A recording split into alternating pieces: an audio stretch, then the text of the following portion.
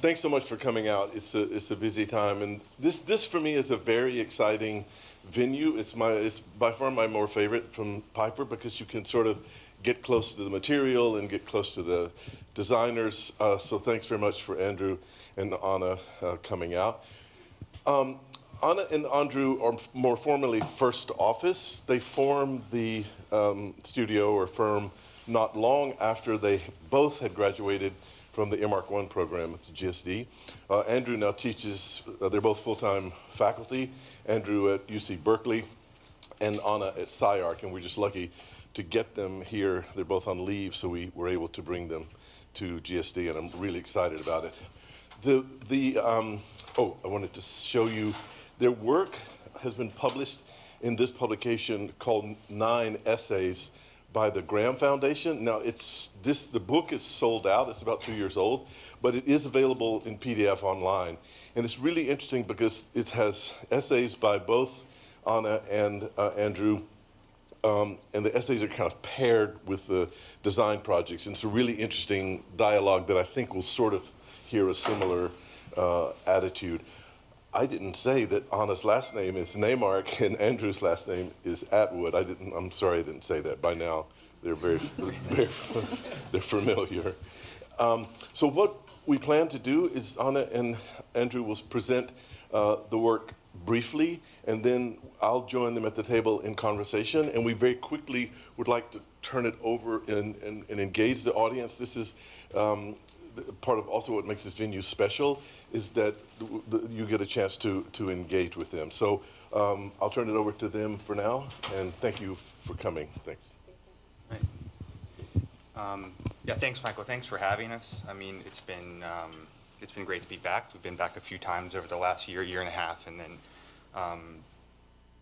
teaching our students this semester. I think most of them are here. Some of them are still interested in the stuff we talk about in the studio. But anyway, thanks for having us. It's always great to come back to the GSD, and it's a real pleasure to get to share some of the stuff we've been working on over the last sort of 5 years or so since we've been together. So I'm going to read something very briefly, and then, as Michael said, we're going to kind of open it up to a conversation. So we've titled today's talk "Working Buildings." The idea for the title and the way we've decided to approach this specific event comes from a kind of exhaustion. An exhaustion we realized we shared during a recent conversation with a colleague who might be in this room, possibly sitting in the front row, and named Andrew Holder. Over coffee a couple of weeks ago, this colleague made a confession. While discussing a recently completed essay, he explained to us, "I realize that I've been writing the same essay over and over again. No matter what I'm writing about, each text shares the same structure. I start with a historical precedent, I extract a kind of loose theory from it, then I loosely outline this theory in a series of notes, and I use these notes as the framework to position some of my own design work." Anna and I responded to our colleague's confession with empathy. "We understand," we both said. "We are guilty of repeating the exact same structure whenever we present our work as well." In fact, I would go so far as to say that this formula for positioning projects via historical images has become a kind of habit. And while its format for presenting design work through the authority of history serves many purposes, it feels a little to us like it's become more and more automatic. Whether we call them precedents, references, examples, case studies, whatever. This type of anxiety of influence has become so pervasive that it's begun to produce the opposite of anxiety, something closer to a kind of numbness. The numbness caused not by the influence of historical content or reference, but by the influence of habit.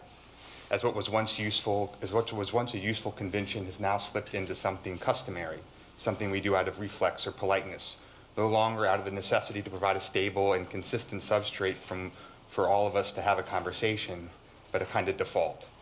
Regardless of the specific cause, this habit has had a significant impact on us, as we have usually talked about our work in this way, perhaps more than most. As such, it often produces an unintended hierarchy in the way we present our projects, where oftentimes positions become more important than projects. So after this conversation with our colleague, and after a few conversations between ourselves, we thought that for this talk, we try to intentionally avoid the references that usually preference each project and focus only on the buildings.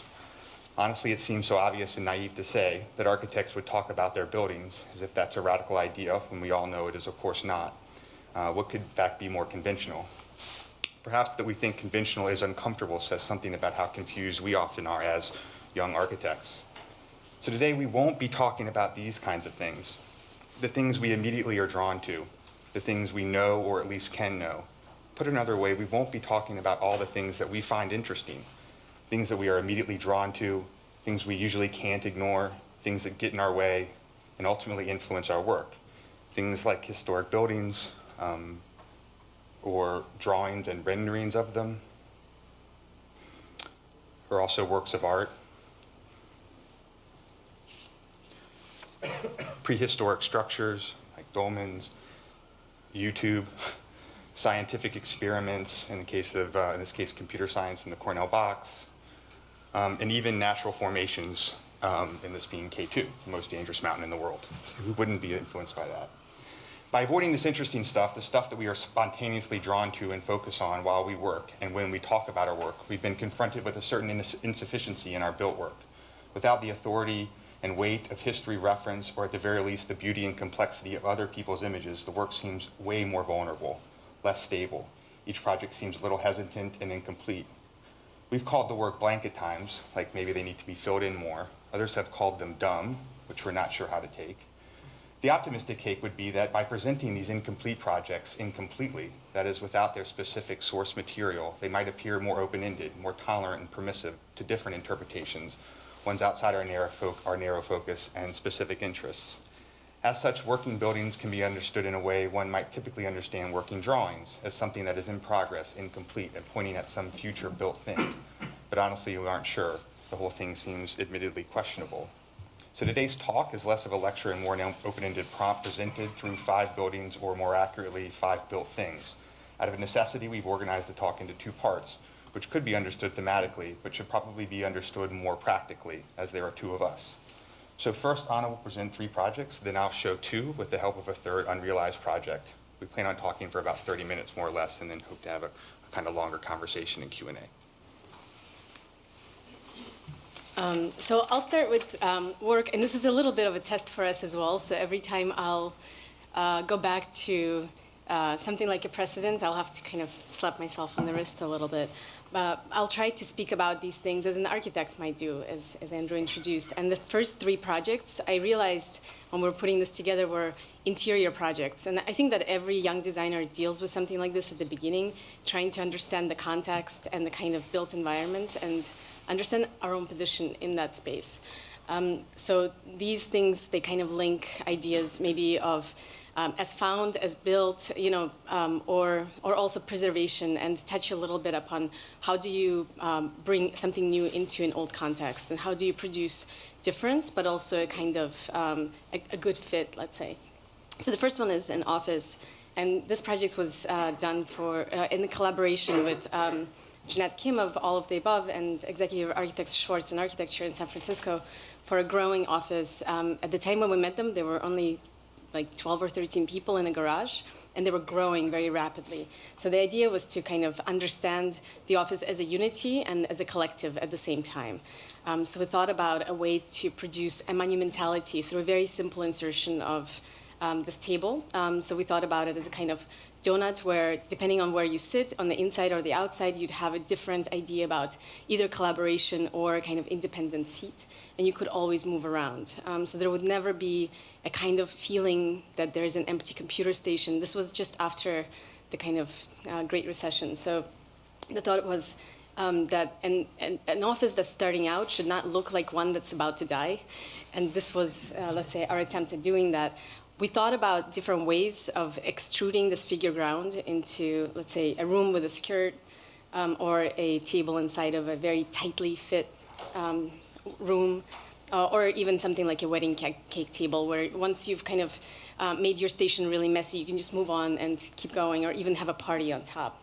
The warehouse space that this office finally moved into was quite large, and there were 2 sets of decisions that we had to make. One was to strip bare, let's say, the interior of this building, and the second one to insert these 4 monumental collective spaces, which we considered to be rather blank and white and abstract. Everything else became a kind of carpet of infrastructure. So you see tables we drew extensive like electric plans, infrastructural plans for the spaces around. But in the center, do you have a cursor? Yeah. These 4 volumes kind of surrounding a communal space became, let's say, of interest to us, and we started working with them. So on the ground floor, these would have been, they weren't actually built that way, but they would have been 4 very open tables, and on the second floor, they would have been inserted as a kind of negative into a series of rooms, to such an extent that sometimes the tables were so taut and so tightly kind of built into the room that they were at the scale almost of architecture. So somehow for a table like the cross table on the bottom left, the room would have had to be built with 4 doors, 4 individual kind of entrances to enter and to occupy that space. For the circular table, which is normally a kind of democratic space, an extra door had to be inserted just for the speaker, let's say. So there were kind of very strange nuances that would have allowed for these spaces to be quite singular and rather odd. And you know, in our mind, they produced a kind of relaxation from the everyday environment. You know, I call it relaxation. Maybe in the past I would have called it something like estrangement, but it's a way to get away from that infrastructural buzz of the office and to come into an environment that is quite different, produced a kind of a different relationship, let's say, of one body to the others at work.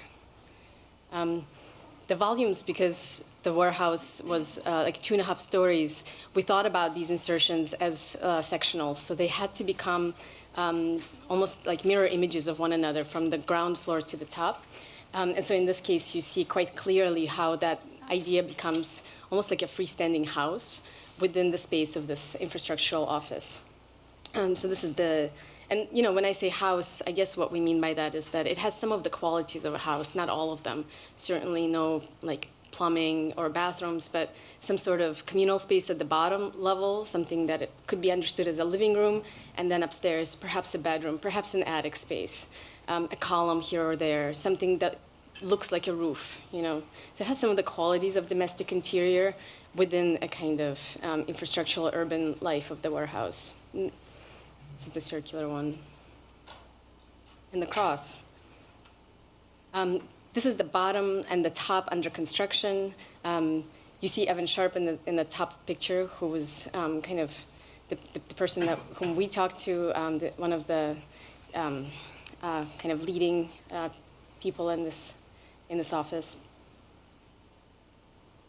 And so this was built.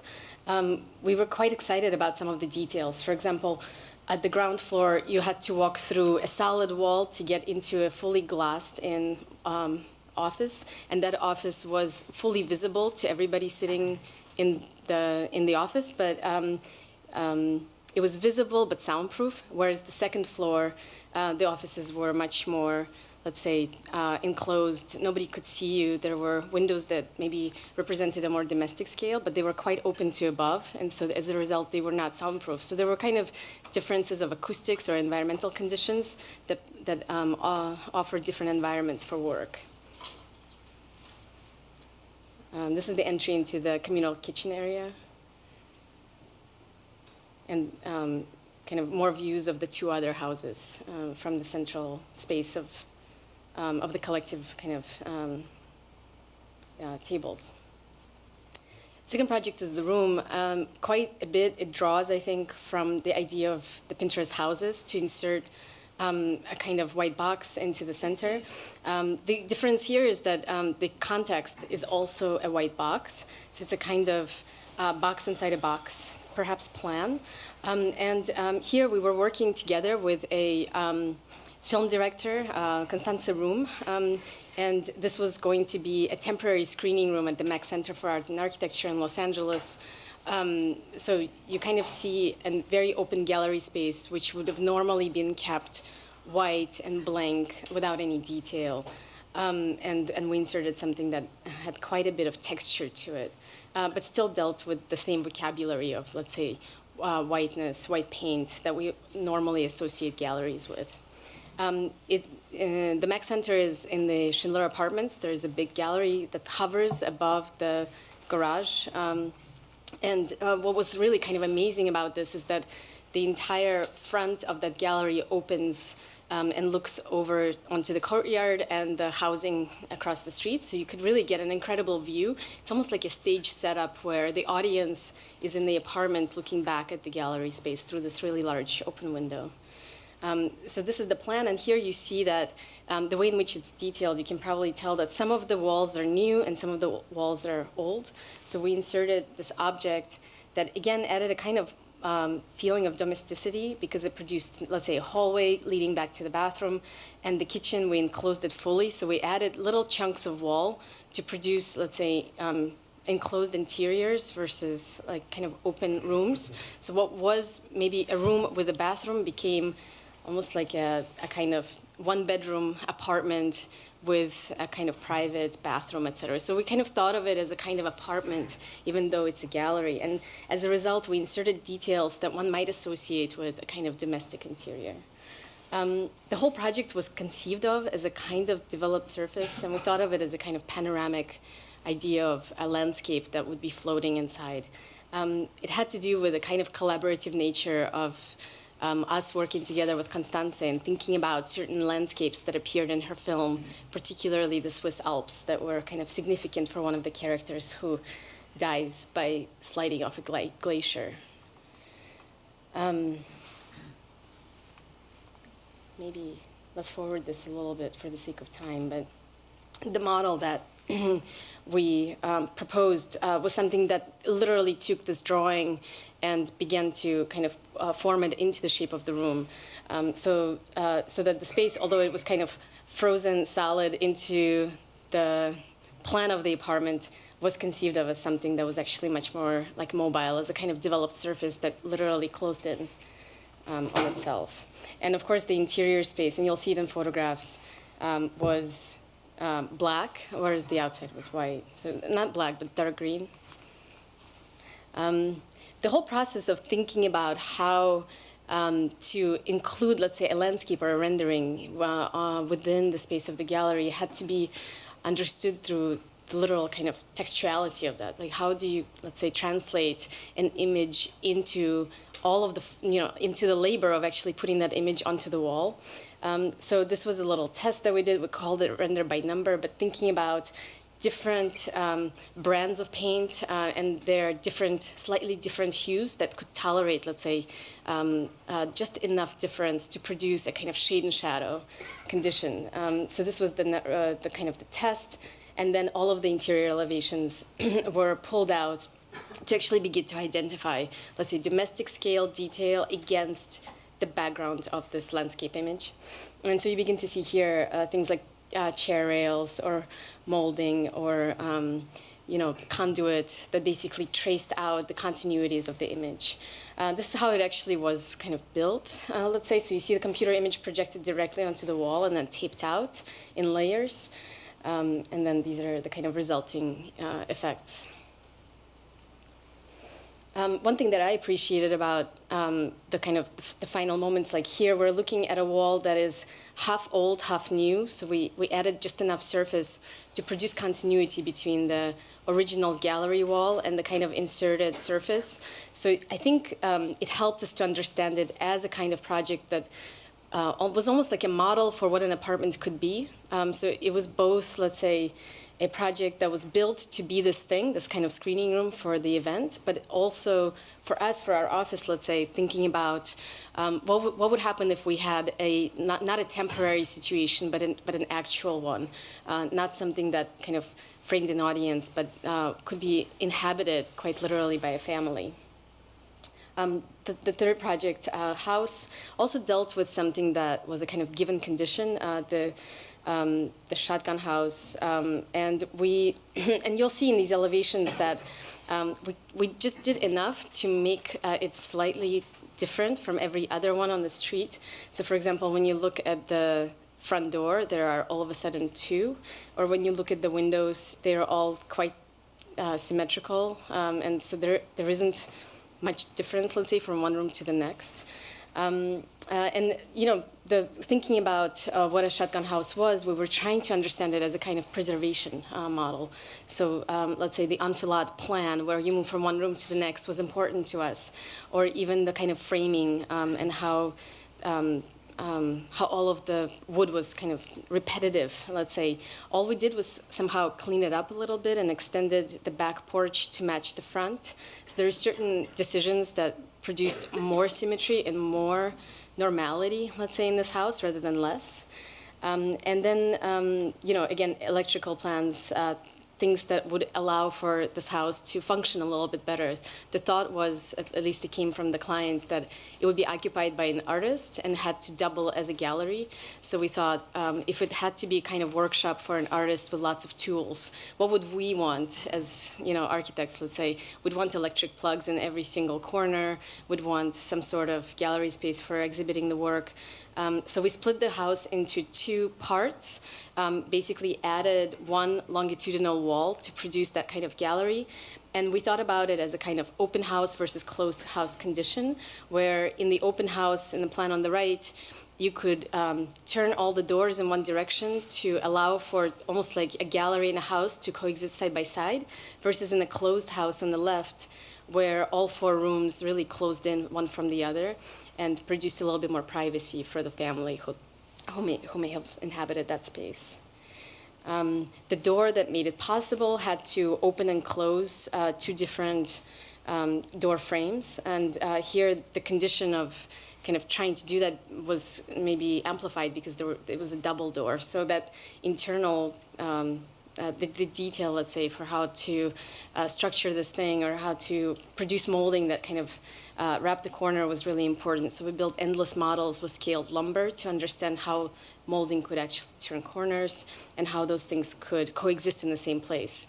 I mean, when you draw it with a single line, everything seems to work out. But as soon as you give material thickness and actual structure to the plan, things begin to budge and move, and there's high tolerance embedded in all of this work.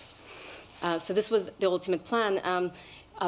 It produced a kind of hiccup in the intersection of the door frame where one of the rooms became considerably larger than another, even though in the diagram all four rooms had exactly the same measure. And we were kind of excited that a small detail could actually shift the dimension of a room at the scale of the entire house. When it was built at full scale, that became even more problematic because, as you can see here, this was pointed out to us by Paul Lewis, I think. He said, well, you can't build that at full scale without an extra doorstep. So to add the doorstep, we had to actually fatten the wall to 2x6 to produce a kind of an additional little piece of lumber that would actually allow for the door not to pull out. That was kind of an amazing comment. So this is when it's built at full scale. It has a kind of an additional hiccup in the kind of produced almost like a pleated condition in the molding. Of course, this kind of work, it's, we think of it as serious, but it's appreciated mostly by children.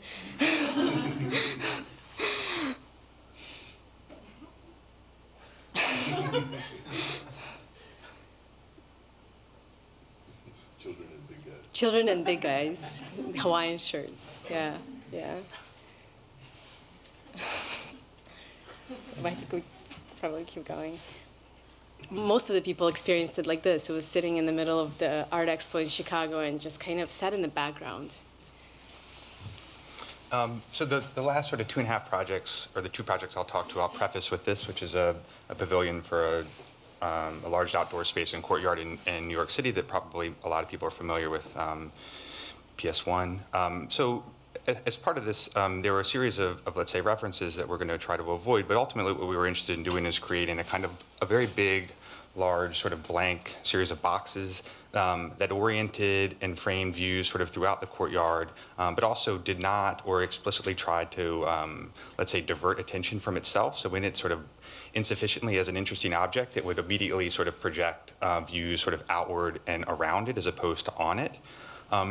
We started looking at these kinds of things, I want to say sort of primitive or sort of rude structures, and building a series of models of them, which referenced a number of things, but for us mostly just produced a kind of unstable and very basic structure that in its sort of instability also allowed for us to subtly introduce, let's say, alternative ways in which people might move through and around it. And so these are just some of the models that we made.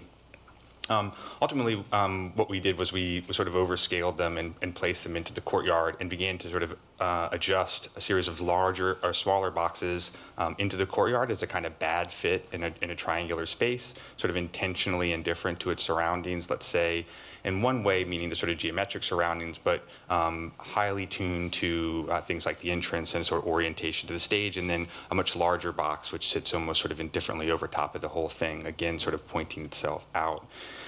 These are just a couple of drawings to give you a sense of the kind of scale and some of the compositional things that we were working with. Like in some of the previous projects, we were interested in sort of subtle shifts in paint and using, at least starting with ideas about conventional construction materials and sort of cheaper or more efficient materials and forms of labor. In this case, that ended up being 2 different tones of glow-in-the-dark paint. And then sort of all held together with 1,000,000 nails. So this is basically a sort of plywood structure that you can see the sort of 2 tones, and then it's sort of, you can barely see the grid of the plywood, and then the idea was that there would be lots of holes in this thing, so it would almost kind of fray. And these are the very simple sections and then plans of a kind of wood frame series of boxes, one big and a lot of other smaller ones beneath it. Testing this, I think this is not realized and is sort of a reference or precedent for some of our own stuff that will follow through models, actually fairly effective for us to get a sense of the sort of washes of paint, which became crucial in some of the projects I'll show in a second. But just to kind of run through these, and then the sort of fraying edges of something that's kind of overly constructed with like where the corners begin to kind of fray just by having too many fasteners put in them. And then a sequence of images, sort of the entry sequence where people have lost their heads, sort of walking in through the entrance and then beginning to orient one to the space and sort of approaching the stage and then looking back. One of the things that was important to us in this project was the way in which it dealt with not only sun, which we've seen sun studies, but rain. Obviously, it's a big open parapet with no gutters and no other way to drain. So the idea was that it would be a kind of porous box that just, as rain collected, and it was temporary, as rain collected, it just sort of seeped through both in the kind of lowest corner of the parapet, but then also would be sort of holey, so it would just sort of like stuff would just kind of seep as it rained over top of it. And so we made an animation of that. Which we enjoyed, but the competition jury was maybe less thrilled with this kind of approach, a sort of sad thing sitting in the middle of their courtyard. But you can get a sense for maybe how this thing would perform in less than ideal conditions. So we didn't get to build that big version, but we did build a smaller version, which was a gazebo, which was for a courtyard in Los Angeles. This one also built out of plywood. This is it photographed in our studio space before we moved it to its final site. And then again, a series of plan obliques that give you an idea of the way in which this thing was constructed, again, out of plywood. This time exposing the kind of open, naked seams of the part of the box that wasn't frontal to one's entry into the courtyard. So just the sort of front looked solid, and then as you went around, this thing that was seemingly, let's say, stable became even more fragile, more delicate as the sort of thinness of the plywood edges were revealed. And then you can see like how thin those things are in the plans. This is the sort of plan through the legs. Again, boxes, this is an elevation. In this case, not working with 1,000,000 nails, but a series of different screw and using screw drive types, the head types to sort of index different things through on each of the panels. So square drive types, Phillips head, straight, and I think star were the ones that we used. This is the section. So again, a kind of tilted box which produced problems for weather, and it wasn't flashed or waterproofed or anything. We just let it kind of rot, as it turns out. It was up for 6 months, and then it would sort of drain through the kind of holes produced by the screws and some of the bad joints. This is it photographed. We had, up to this point, worked with sort of inside galleries, and we're and we're trying to sort of reveal the sort of bandwidth of what everyone assumes is a kind of habit or a sort of convention in galleries, which is white paint. In this case, because it was going to be outside, we wanted to explore some of those ideas with different colors. So this is called Black Bean Soup is the paint color, and we wanted to initially produce just two tones that would be very, very close together. So we tried to do it in the way that traditionally architects do. We created like a mood board and we juxtaposed different paints. And whenever we actually did samples of them, they were always way too different. So we just got the same color paint from two different stores, and this is what you get.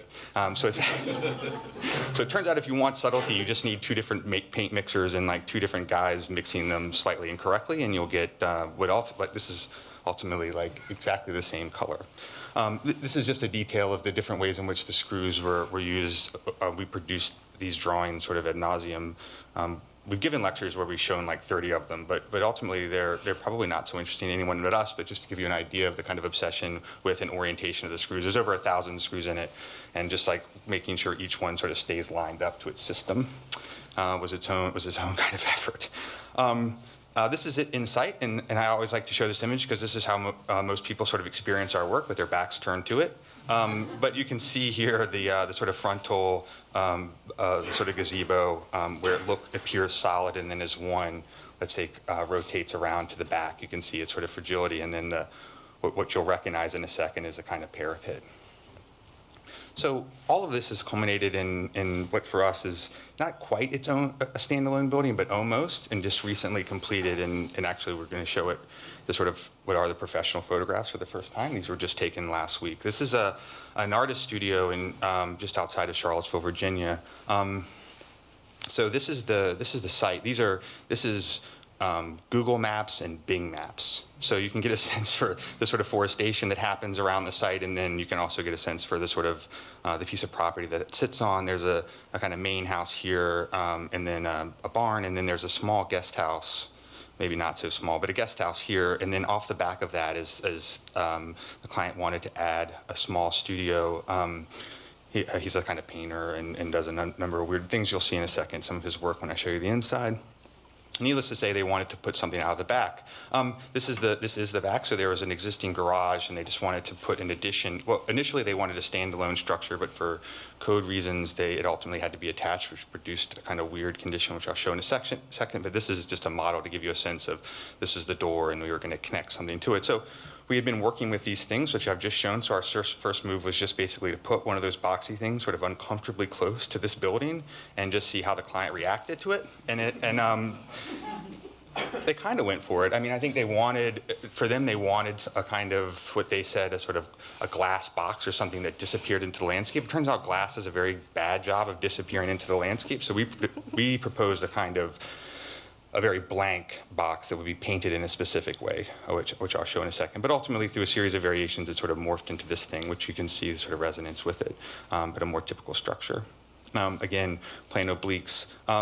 So certain things begin to shift from this kind of boxes in the earlier projects where we would speak about them, let's say, slightly more abstractly, and those things, in the case of a real building, had to take on more specific building work. So the sort of capstone becomes a parapet. The tilted roof actually then becomes functional as something that can drain water and reveals a kind of exposed parapet on the side, and has to then engage things like gutters. It can't just like fall through holes in the ceiling. That would obviously not be appropriate. Legs become sort of hollowed out and used as shelves, and then sort of tables begin to kind of pop out and float around in the space.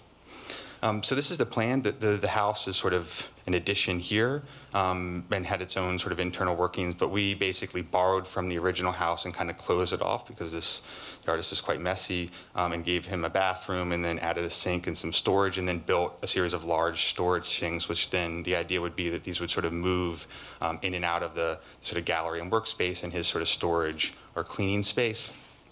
The other thing is that it's kind of odd in terms of the way in which they approach the house, and they wanted that approach to seemingly sort of disappear into the landscape, but it made it so that you entered into this kind of neck breezeway, which has created a very strange way to enter into a building, entering into this sort of circulation course. So the way to show at least some hierarchy in that between a kind of front and a back in this vestibule was using the contraction joints in the concrete to just score through and make slightly larger this space.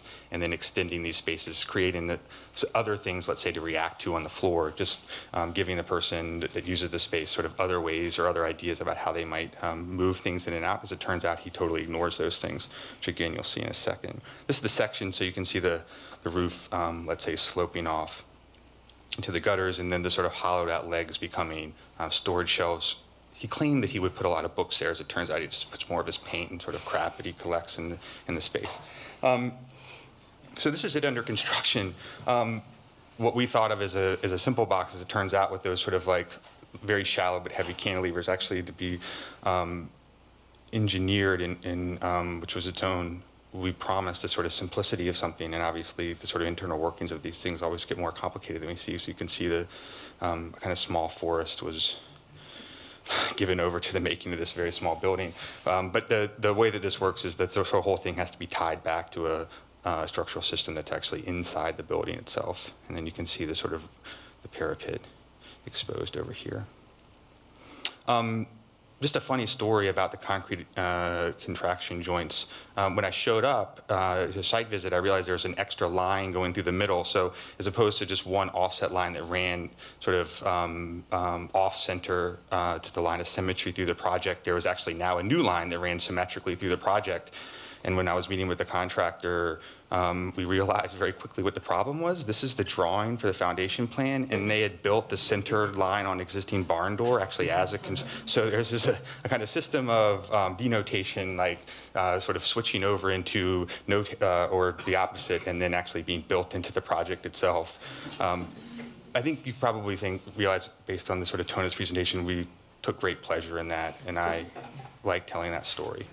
So it's in the presentation. So this is actually it as one approaches it from its front. So this is the guest house, and then you can see the degree to which something like this can sort of disappear into a kind of highly forested site. So this for us, it represents a kind of success where the sort of wash with a slight texture on a very, very blank surface that fronts the main house as one approaches this sort of disappears into its landscape, which is the client's goal. For us, this is the front, this is the sort of back, so you can see this thing sort of lurking through the woods with 3 doors. These are 9-foot doors to give you a sense of scale, and then the kind of floating box above. And this is it, actually just photographed last week, so Virginia is sort of like we are here in the midst of sort of changing fall foliage. And so you can see some of the things with the sort of copper details on the top, and then the flashing, which I'll talk about in a second. And this is the back. You can see the copper and then the gutters, and then again the sort of flashing reveals. Ultimately, this originally was designed as a standalone structure. Ultimately, they wanted it to be connected, and adding that, instead of sort of minimizing the neck and pretending it wasn't there, we wanted to create something that was sort of had a more ambivalent relationship to whether it was part of the house or whether it was part of the studio. So it doesn't try to, let's say, hide itself. It reveals itself and tries to line up with the trim, but transitions in material, let's say from wood siding into copper gutters. This is again it through the woods. You can see here, which you'll see in a second, this is all the artist, all his sort of paint, stuff like that. He just basically like lays things over windows and really doesn't care about a lot of the things ideas about how he had about how he'd set up the space. It's just become kind of one big mess. So some of the things that have transferred, obviously the open parapet from some of the earlier box projects, but also just the sort of subtle reveals that were happening sort of between the kind of slightly unstable boxes obviously weren't appropriate in this project. And so what we wanted to do is just in subtle places use the transition from vertical siding to horizontal trim where there would have to be a flashing detail. This is in Virginia, they get a lot of rain.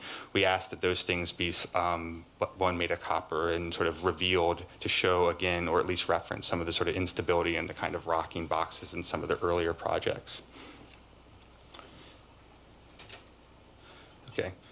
This is it now. You can see the sort of what is on the outside quite simple has become chaotic and is filled with dogs and very colorful paints. These are the sort of things that we built for him that he rolls around. And you can see in this picture again sort of the stuff that just kind of clutters it. So mixed with the sort of leaves that begin to sort of scatter the rest of this thing, the whole thing begins to sort of fill in with the kind of mess around it. I think that's it. Thank you very much for listening.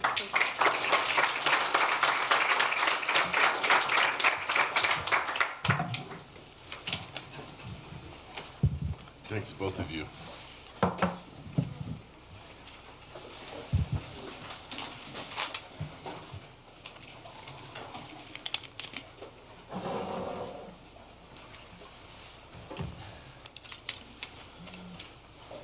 just going to wait for a second. I know some of you have to leave.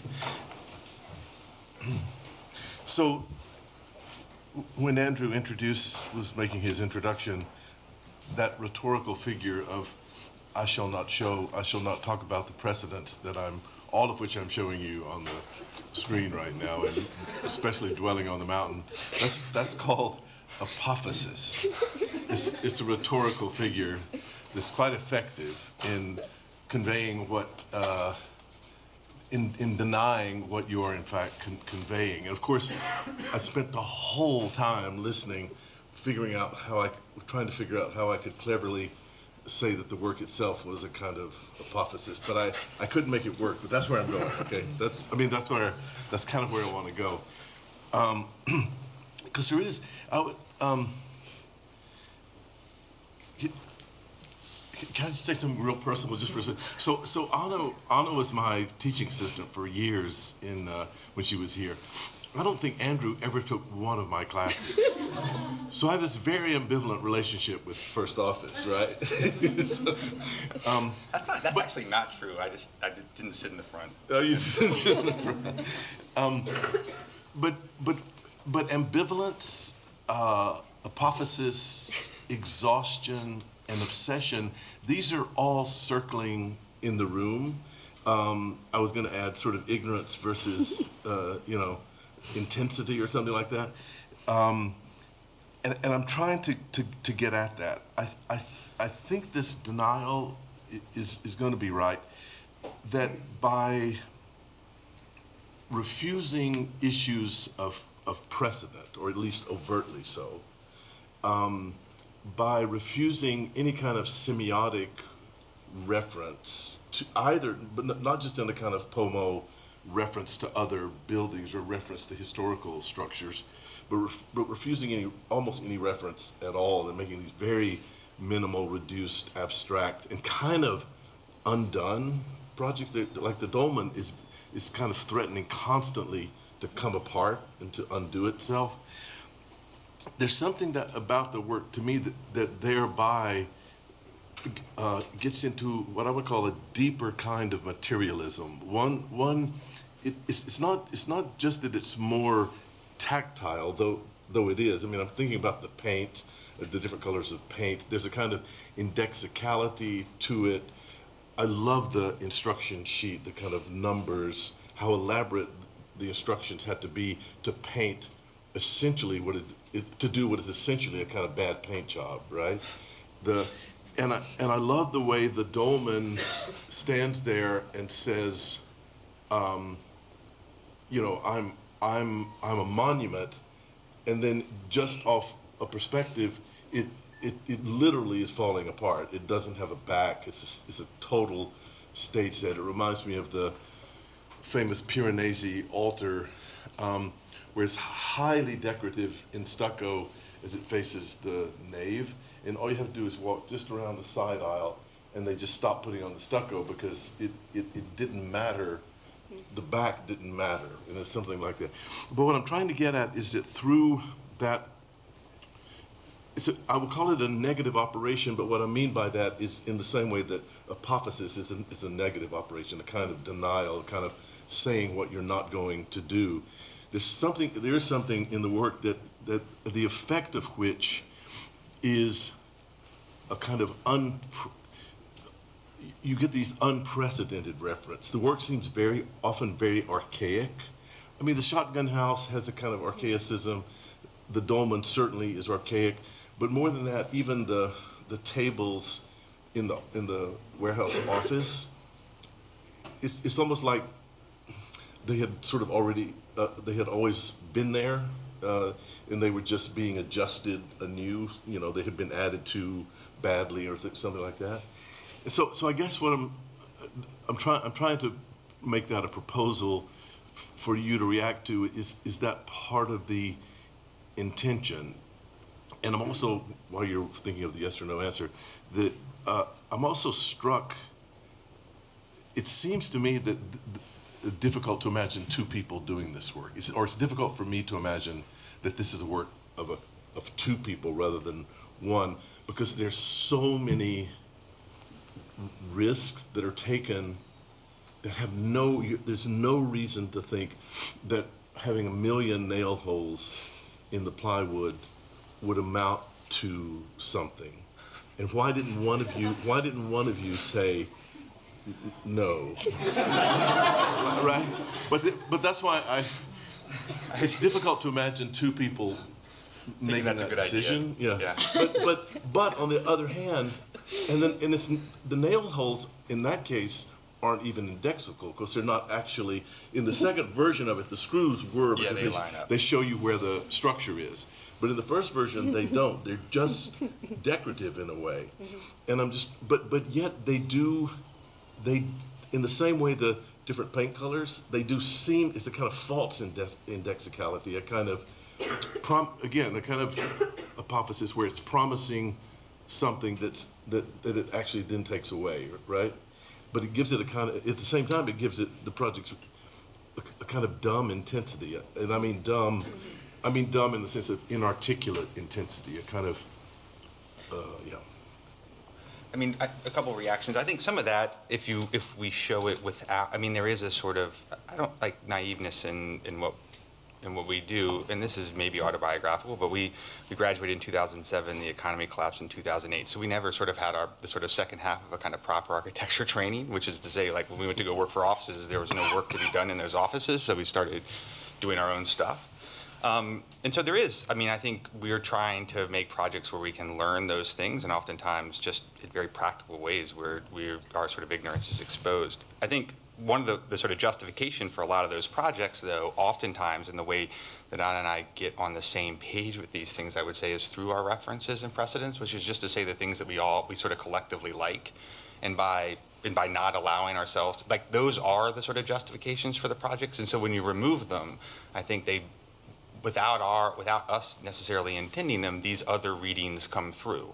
So there's a sort of practical component to it, which is like, when you work with somebody, what are the sort of common things that we agree on? And it turns out that is a kind of sensibility or tendency towards sort of techniques that involve kind of reduction, simplifying things, looking at sort of base cases, and then enjoying our conversations about those things. And so out of those conversations, oddly enough, 1 million nails starts to seem like a good idea. Not because we are thinking about the realities of constructing it, or who even, well, we did think about how they would be put in there, but what that would mean, I mean, we thought about it a little bit, but it seemed consistent with the whole other discourse that we had established for ourselves internally, just in our conversations, I would say, and that is around, so it is a kind of double denial, which is to say our references often deal with those things, and we've used many different words over the last 5 years: reduction, simplification, estrangement was the first word, and then that's now been given over to a whole other type of conversation. But that was something that we had in common. And then when you remove all those references, it sort of doubles down on its kind of simplicity in a way, or whatever word it is that we choose to describe it. And I think that's what you get at with the beginning is obviously a kind of doubling up of that sort of negation, or we've sort of moved away from calling it negative, but there's of course some aspects of it that are. I think it's accurate, but it doesn't sound right. Yeah.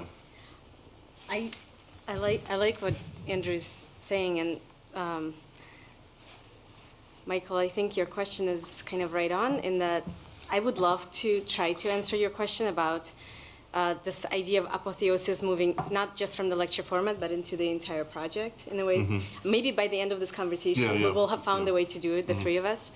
But to go a little bit further into the question about collaboration, I think that when two people agree with each other about everything, it becomes a maximum project, right? You include everything. We kind of agree on nearly nothing, and maybe that's why when we say, okay, screws are fine, you get 100 of them or 1,000 of them, right? So there's a kind of minimal condition of agreement. And in a recent email to Andrew, I wrote, well, you know, I trust you 100%, but I almost never agree with you, which is something that I value so much, meaning we kind of understand what our values are, and when those things overlap, they produce this kind of work, which excludes almost everything. And I'm not sure if it excludes things because of like things related to taste, or maybe it just excludes things because the overlap is so small. And it's been really productive in a way to argue things out and to think about it that way. I mean, the other part of it is that in erasing a lot of our own maybe maximum interests, right, and bringing them down to kind of minimal condition, I think, as you're saying, the references get fully absorbed and they're not even fully indexed. Producing a kind of, I mean, you tried to describe it as a kind of, if it's not indexical, what is it? And we've been calling it a little bit like muted language, or things that are very hard to understand or very hard to read. In other words, perhaps the upside of that is that it allows for a lot of different audiences. That was our positive way of thinking about it. Like, if not everything is indexed for one particular expert audience, then perhaps these projects could be understood by, 5-year-olds, 50-year-olds, 90-year-olds, and it doesn't really matter if they're architects or not, because they will be different layers of information speaking different kinds of details to them. I think you could stop the references, and certainly in terms of precedent, because I think you've moved beyond precedent, even though, of course, you're exactly right. There's something about an architectural audience will always feel resonant with things that are somehow familiar. Something happened in Chicago. I'd forgotten to mention at the introduction, but it's clear now. These guys have had a lot of their work exhibited in some very important places, including, well, not exhibited in PS1, but the competition of PS1, but also did an exhibit in the Chicago Architectural Biennial, which is up now. And one of the things that came up in the discussion there was the difference between, because we were looking at trends that go wider than just your office, and it seemed to be partly trends of a sort of generation or of current practice. And when people were making the point, a distinction between a kind of work that's just about its being in a place. There's something about those, I think especially the table, the dolmen obviously too, but a lot of the works, they insist on their being there, right? The table is kind of insistent of marking a place. They mark a place. And the difference between being in a place and referring to something, and a person in the audience was insisting that the door in the shotgun house required too much education because you had to know Duchamp to get it.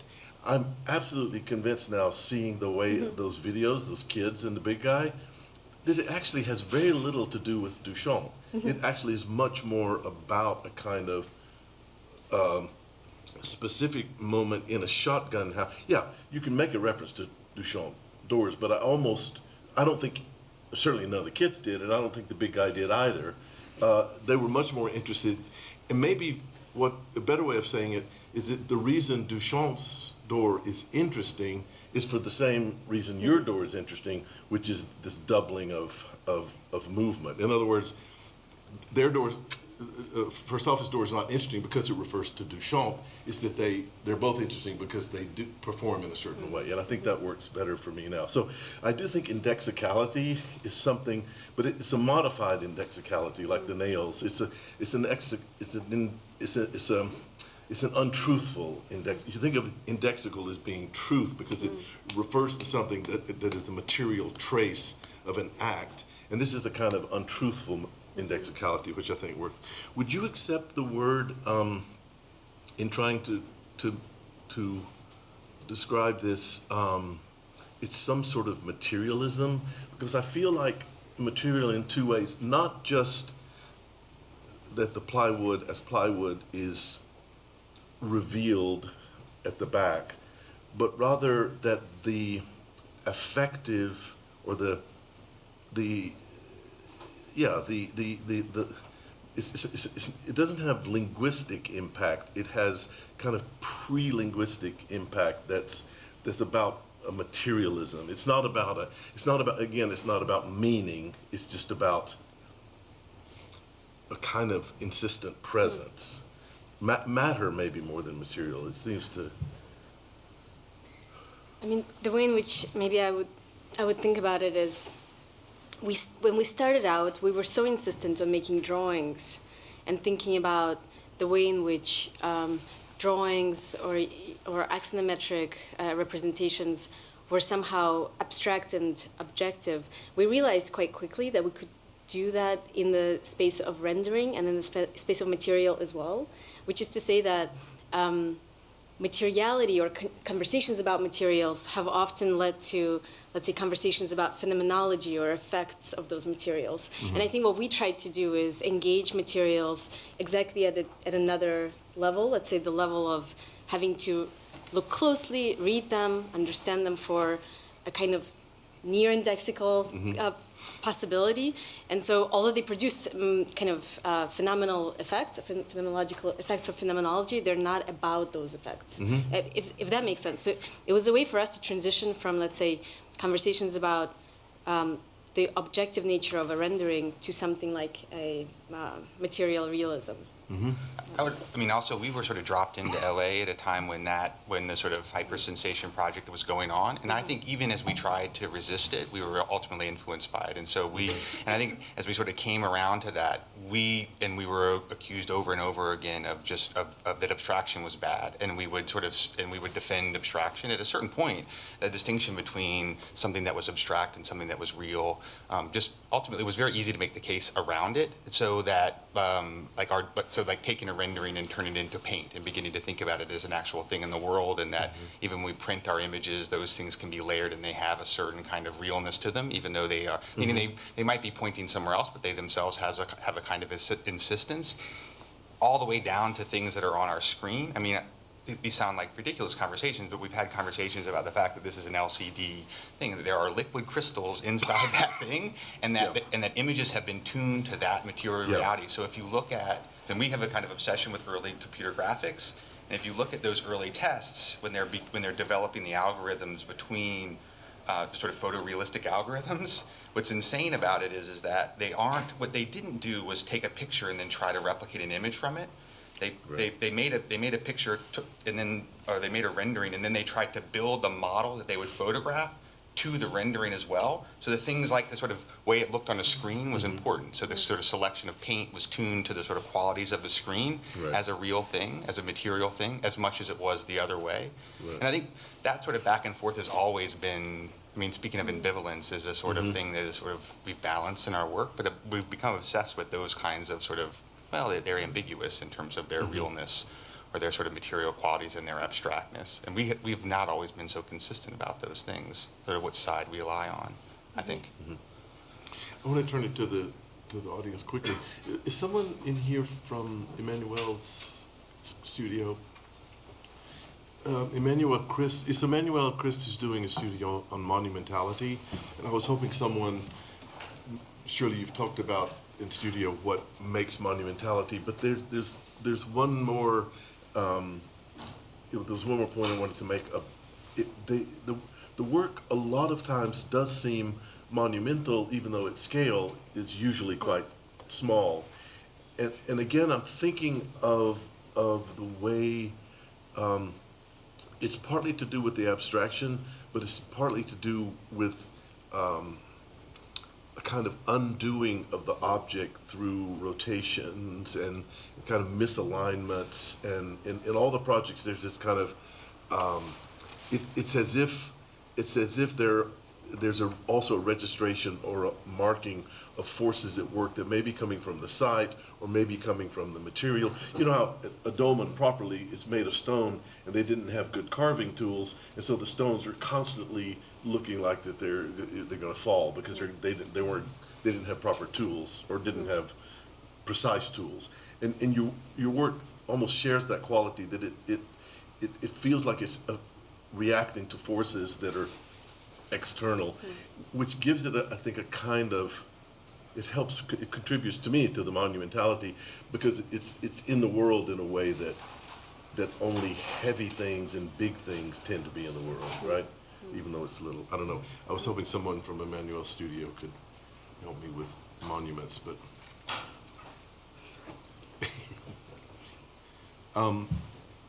comments, questions? We have plenty of time from the audience. Jennifer. Hey guys, thank you so much for the talk. After I'm hearing this kind of be worked out, the non-presentation of the precedent was kind of annoying at first, but now I'm kind of getting into it. But I have to put you to something that also didn't happen in the presentation, which also was annoying me, is why the no talk and intellectualizing around representation in the boring. Why, I mean, these are the things you guys write about. Is this the conversation only reserved for studio? Like, why? It started to come out in the discussion because you can't help yourself. You have to talk about those drawings. You have to talk about how you conceive of the projects. And you had them in text, right, on the bottom of each drawing. So, like, back on the Pinterest project, you're telling us exactly, I already forgot what it was, but like perspective with 1 point. So I just want the intellectualizing of those terms and like the boldness of that. And maybe you'd say, Jennifer, we don't want to perform in our lectures, and that's reserved for other places. Because y'all have it. I guess the question is, we showed today very consciously some work that has been built. And I think that when things get built, they kind of, they present themselves, like rather than represent somehow. They present themselves to the world, almost like, here I am, I'm like a house or a room. And perhaps the conversation about like representation gets pushed to the background a bit. It's hard to avoid because for sure, even in the material discussion, material begins to represent. So at the scale of the detail, let's say, I think all of that is present. And so the kind of the idea of indexing of kind of this nail has a kind of mimetic relationship to that seam, or, there's a kind of, I think, announcement constantly present. But I think we just simply tried to think of the projects the way one might encounter them if they were just sitting here in the room. Meaning, like, what would a stranger say about this? Or what role do they play in the world once representation is over, once that moment is done, in a way? I also think, those are the words that we have in the past associated with our own work. We've used the word boring, confusing, and a number of other terms. Let's say now those words are everywhere, or at least in certain places, in certain times they seem everywhere.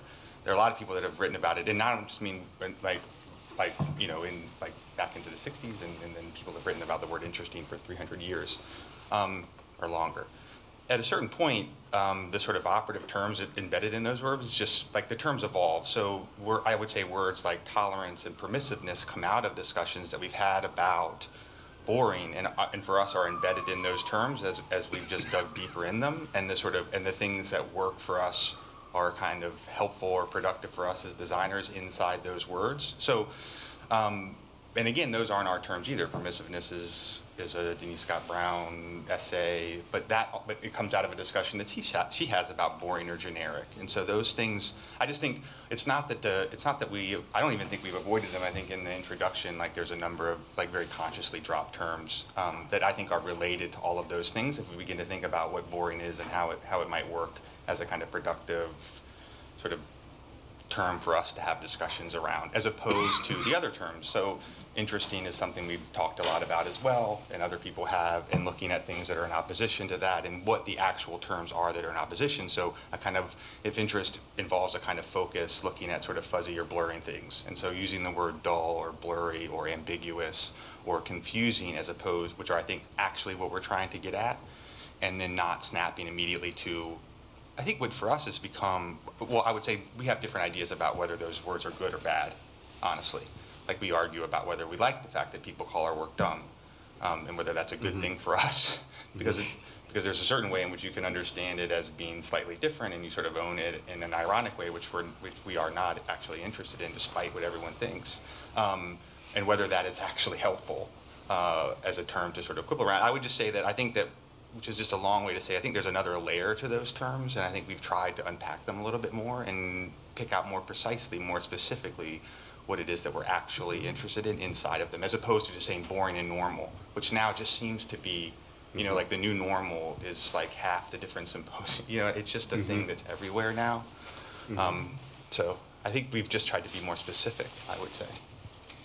I mean, with that maybe comes just like one more sentence on that. I mean, I think with that comes the need to define vocabulary a little bit better. Like we're trying to figure out what some of these terms are and what they mean. It used to be quite easy to put an axonometric drawing up on the board and say that it represents abstraction. I'm not sure that's the case anymore. It's just one more technique that is available, or has been available for ages. And so it forces us to basically talk a little bit more specifically. I mean, that's basically what I take from Andrew's answer. How to come up with vocabulary for discussion. Because I think we have extensive vocabulary about things that are exciting, interesting, right? So like we know how to define and how to find interest in that work, especially when we teach. It's much harder to do the opposite in the kind of process of reduction, editing, etc. And how to convince somebody else of that position. That's even more troubling.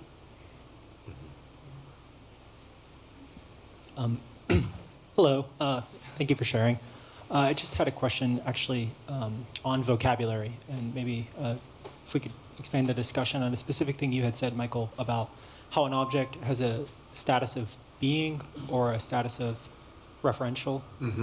And I guess one of the questions that I have, and maybe might betray my own ignorance about the topic, so I've got to be careful to word this, but what is the difference between, or where is the, can you expand on the ambiguous space between intention in the act and willfulness in the act, whether it be referential intentionally or whether it may be willfully of the individual, you know, kind of arbitrarily projecting something?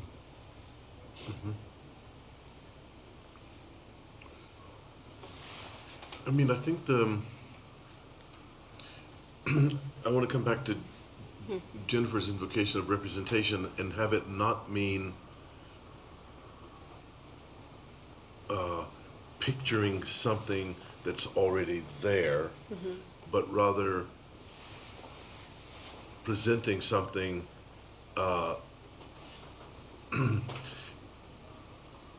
actualizing something virtually there that wasn't there before it was represented.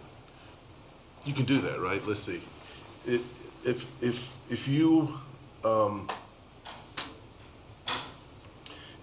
your work seems to, and I'm trying to play on this. Some of your work seems to be representing what we would assume to be a precedent, right? And we're going back to Starband. But in fact, there are very few exact precedents. What seems to be happening is that once the work is presented, it creates a precedent as if it was already there, but it actually wasn't there before, right? I'm not sure that, I think maybe it's wrong to call that thing a dolmen, though we'll always call it a dolmen, because in fact, it's not actually representing a dolmen, it's presenting a system of composition that once it's presented, you can vary.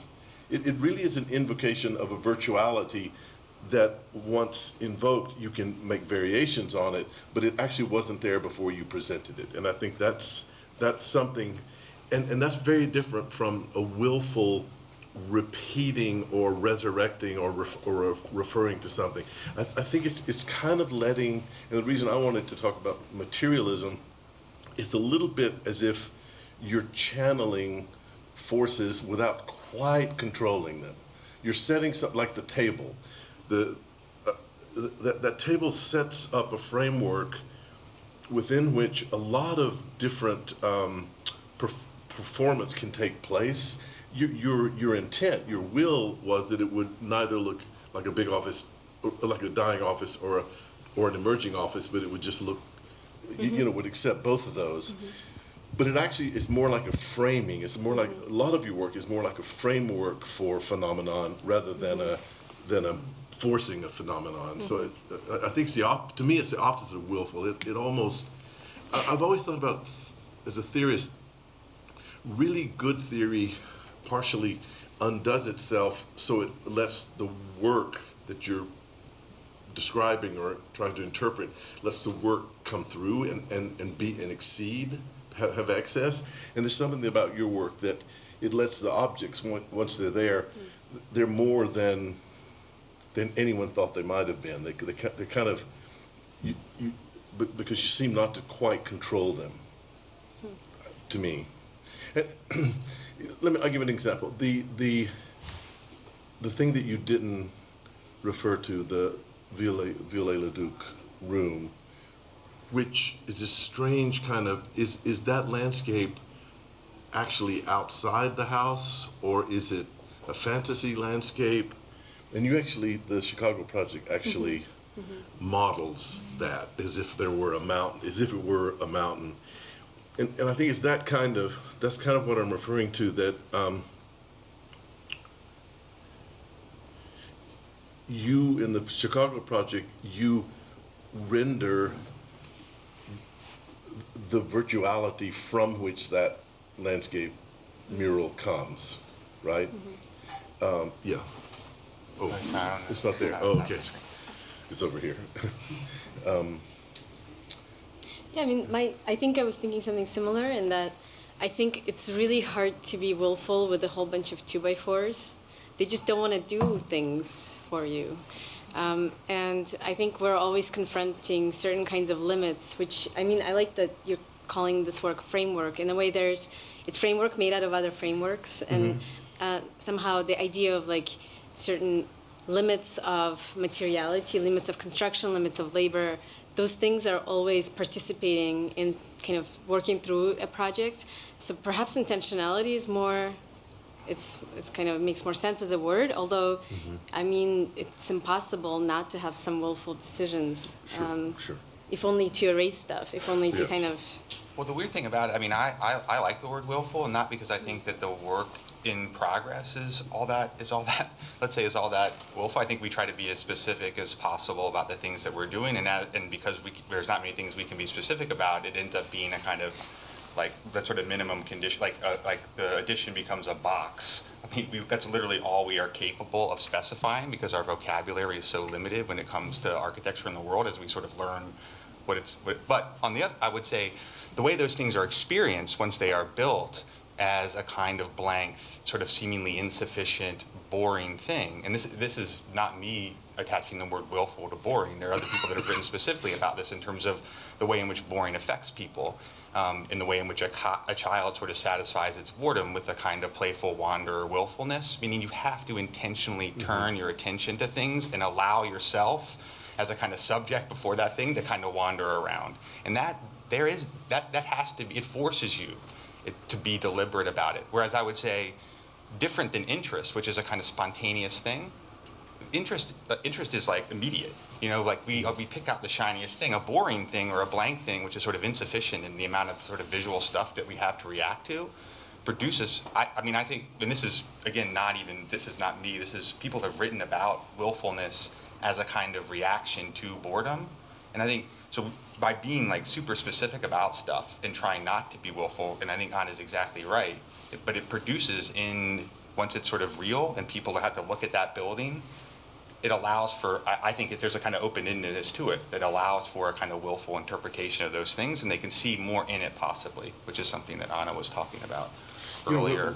Where that really manifested, that dialectic manifested itself to me was, first of all, when you actually built that artist addition to the studio, it was in some ways the most conventional project, but the precision of the detailing of the gutters, the decision about whether to align or stagger the little eave of copper or whatever that's the flashing. I mean, those things are exactly this dialectic of willful and boring. But those, I think, and the best one for me was when the contractor mistook the line of Like there must be more here. the center line, the center line for an actual line. I mean, that's a beautiful moment. And rather than, a willful architect just would have had him re-pour it, because it's in the contract documents. He owes you a re-pour in a way. But instead of accepting it and actually saying, well, maybe let's cut one more just to, at a diagonal or something, But I think it goes to the sort of instability that you're talking about, which is that there is a kind of, once these things happen, they are all different, like that stuff just happens. So when you were saying that these things,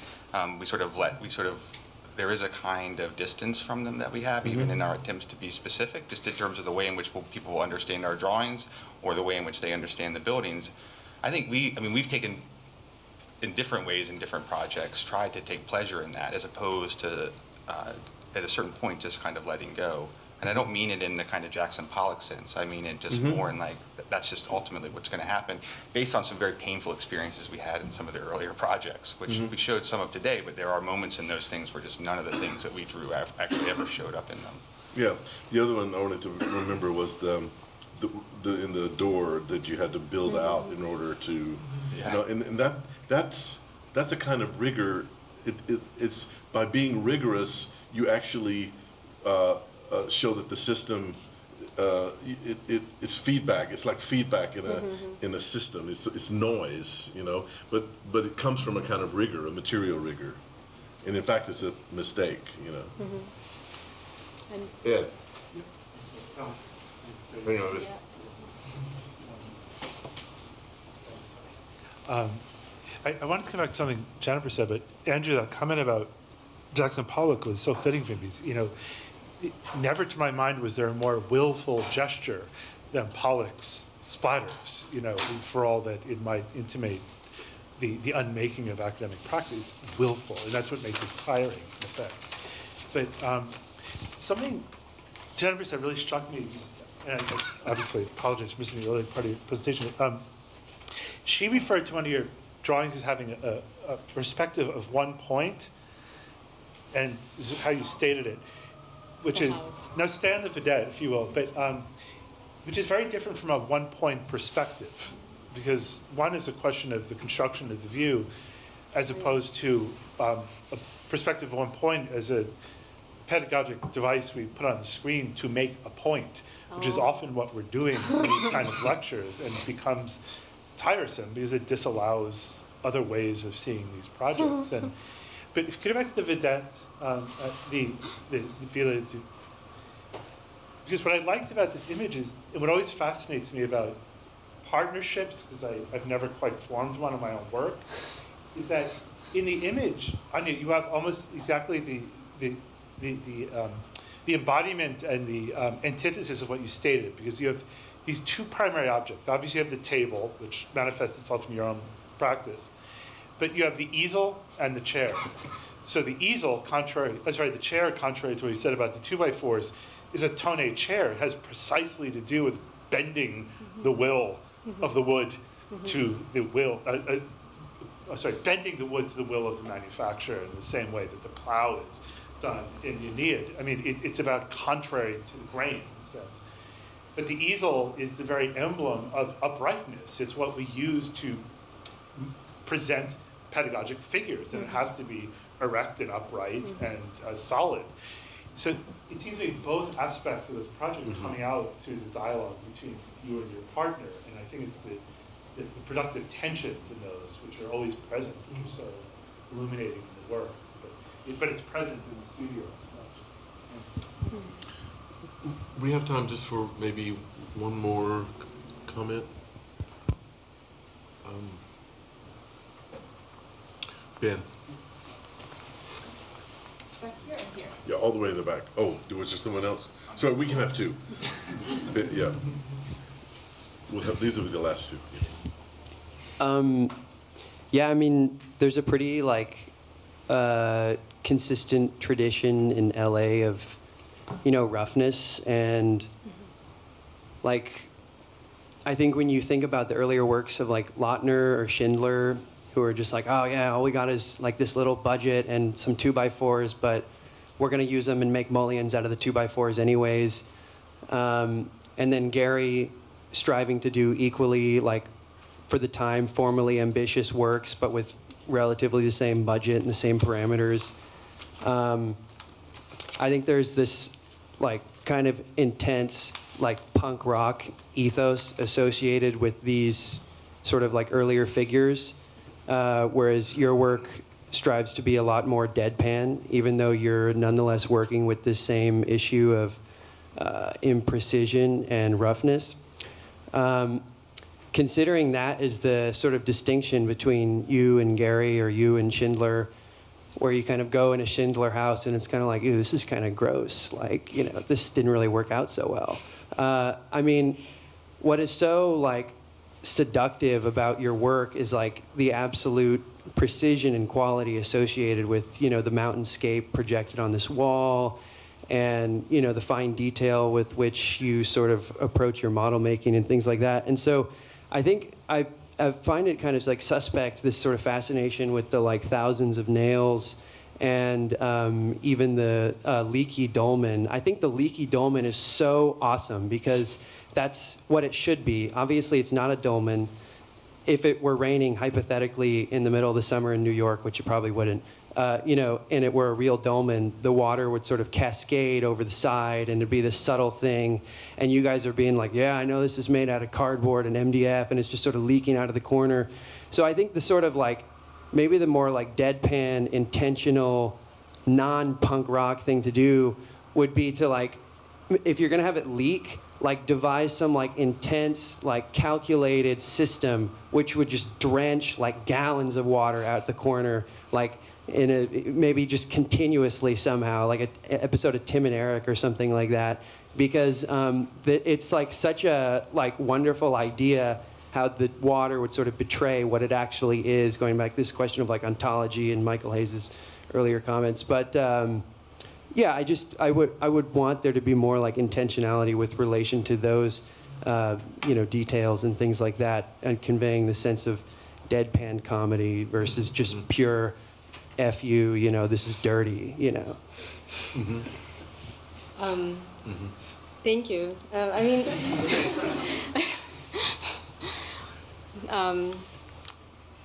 I often think of Tig Notaro's No Moleste. No Moleste. Have you seen this? This? I mean, it's a kind of, I guess I never thought of, what did you say, punk rock versus deadpan? Those are the opposites? In my world. Yeah. So Tig Notaro versus the Dead Kennedys? No, it would be Trap, Atlanta Trap. Who tell me? Who's the panda? Who's that?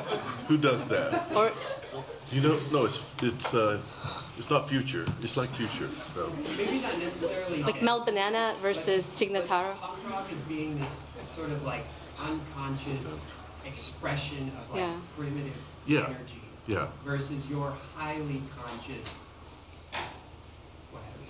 Trap. I mean, I keep thinking of Ed's beautiful comment about, the willfulness of the chair and the kind of academic, backdrop of the kind of easel painting. And if those two came together, the worst that would happen is that the painting all of a sudden got this, beautiful, or that somehow the chair would produce a new beautiful frame for how to frame this academic discourse, right? What are the ways in which, let's say, the chair becomes a little bit more like a background? That would be the question of how to put these things together. But I'm not sure. I mean, it's just a whole other world. Last one, and then I'll show you what the music band is. Hi, so thanks for the talk. This relates also to LA, so likely the same question, but similar. I'm trying to take this outside of reference and all the other things that we've talked about after this lecture, and trying to get an understanding of how you think you relate to your context in LA with respect to film and stage and screen. I worked there for a while in that industry, and it's just like you walk through production houses where you go in and you're like, oh, there's a mountain over there. I can grab that mountain and I can staple it to my other mountain to make essentially a set that isn't visible. It's part of something, but yet you're only angling yourselves when you're taking your shots in certain ways so that they essentially go into the background, similar to your house project, which sits in the background. And you're almost taking that ethic or that kind of getting it done attitude, which I think you kind of refer to as simplicity, and like highlighting it. So whereas I would walk in with a nail gun and be like, that piece of wood isn't stuck, and just nail it 6 or 7 times just to make sure it's stuck, and then you're taking that kind of ethic or that method of production and actually problematizing it a little bit. I'm wondering if you can talk about that a bit. I mean, I think it's correct. I mean, there's a lot of stuff that we do that in terms of its intent, and I would even say the deadpan, like people have also said that to us, that happened by accident, which is to say we would get nervous before we would present our work, and then the projectors would be bad, and we were showing like insufficiently contrasting images, and so we would like present like basically like blown out images, and we would be nervous that we would be reading without like inflection in our voices, and people assumed that was intentional, and at a certain point it was, but it wasn't at first, and this is true. And I would say the same, and at a certain point you become aware of it, and you begin to sort of, it begins to be folded into the type of work you do and the way in which it's presented or represented. And I would say, like, just the same way with the Duchamp door and the sort of additional, the detail that's added on to it. I mean, that happened, and rather than trying to sort of like hide it, you know, there's a desire to sort of reveal those things and then begin to fold them again into the sort of presentation or representation of the project, whether it's actually that door, or whether it's the sort of additional screw in the dolmen. I mean, especially in the M&A dolmen, when you put so many of those screws in it, and then when you install it and there's like one sort of saggy corner, well, the easiest way to fix it is just put another one in there, because there's already 1,000 anyway. I mean, and so I think it allows for a kind of right. Tolerance. It becomes the mistake. well, we've become more and more aware and conscious of them, and we understand how they work and how they work and the types of work they can do. But I do think that you're right when you say that. I mean, but I think we didn't like sit down in 2011 and we're gonna like sort of set out to do this stuff. It happened through our collaboration and through a series of projects as they unfolded, and a lot of that is just like adding another nail every once in a while. So error through feedback, or feedback of your errors, and then implementing the errors in your project. Yeah, I mean, we've tried not to use the word error, because I think that's associated with a sort of technological project that was happening in the 90s, where the sort of happy accident becomes. And I think so. But I think that there's certainly part of that, especially in some of the stuff we did before we worked together, that we were sort of owning those kinds of things in different ways. So I think it for sure feeds in, definitely. So thank you so much. I think it's really inspiring to, in a very short time since you formed your partnership, how thoughtful and how far things have gone. So good luck and keep at it. And thank you for coming and doing the studio here. Thanks a lot. Yeah, Thank you, Michael. Thanks for having me.